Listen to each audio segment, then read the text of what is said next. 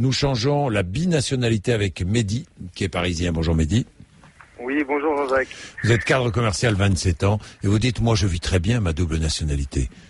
C'est ça, et puis je voulais réagir un petit peu aussi au propos de la personne que vous avez eue juste avant, puisque je suis parisien, mais niçois expatrié, et Oui. je viens dit niçois, parce que je m'identifie pleinement à ma région, et puis c'est un peu dommage, quoi, on dresse les gens un petit peu les uns contre les autres.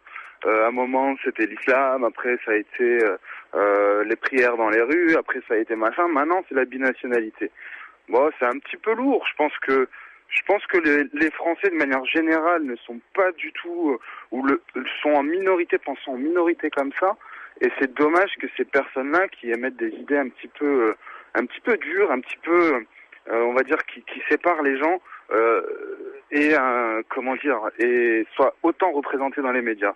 Je pense je comprends la liberté d'expression, etc. Mais parfois, certaines personnes, serait mieux de se taire, quoi. Elle ferait mieux de se taire. Moi, je veux dire, je vis à Paris. Mon entourage, il y a beaucoup de binationaux, de non binationaux, et je me suis jamais posé la question est-ce que, par exemple, ils relevaient le fait si demain on avait des Libyens, etc. Mais on a des Tunisiens en France, par exemple. Et lorsque la France a pris position maladroitement sur ce qui s'est passé en Tunisie, c'est pas pour autant que les Tunisiens sont partis poser des bombes ou des choses comme ça. Je veux dire, il faut quand même faire confiance aux gens à leur capacité d'analyse et de faire la part des choses. Aujourd'hui, on vit bien en France, on est heureux d'être en France, mais ça commence à être pesant. Et si vous voulez, on est heureux d'être en France parce qu'on est français, tout simplement. J'entendais il liait la binationalité à un événement qui se passe à l'UMP sur l'immigration. Ça m'a un petit peu choqué parce que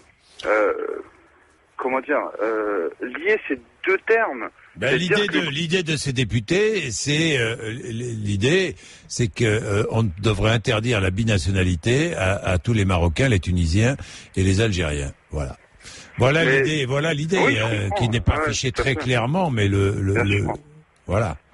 Après, quel est l'intérêt dans tout ça? Qu'est-ce qui va changer dans la vie des Français à interdire ça, quoi?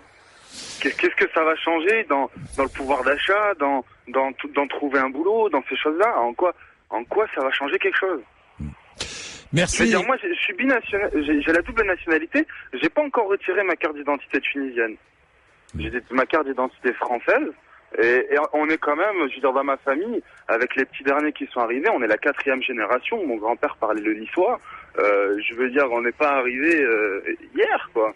Donc, et ça fait 4 générations qu'on a la double nationalité. Ça nous a pas empêché de.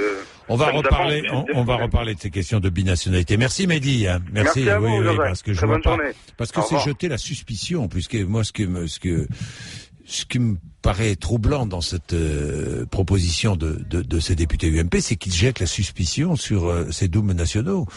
Parce qu'ils viennent de Tunisie, du Maroc ou d'Algérie, ils seraient potentiellement traîtres à la nation française en gardant leur binationalité.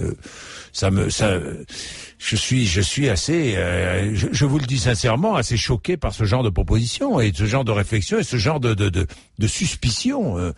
Franchement, je vois pas pourquoi quelqu'un qui vient du Maroc serait plus soupçonnable que quelqu'un qui vient, je ne sais pas moi, du Pérou ou des Pays-Bas. Sincèrement, je ne sais pas. Enfin, je ne sais pas ce que vous en pensez. On aura l'occasion d'en reparler.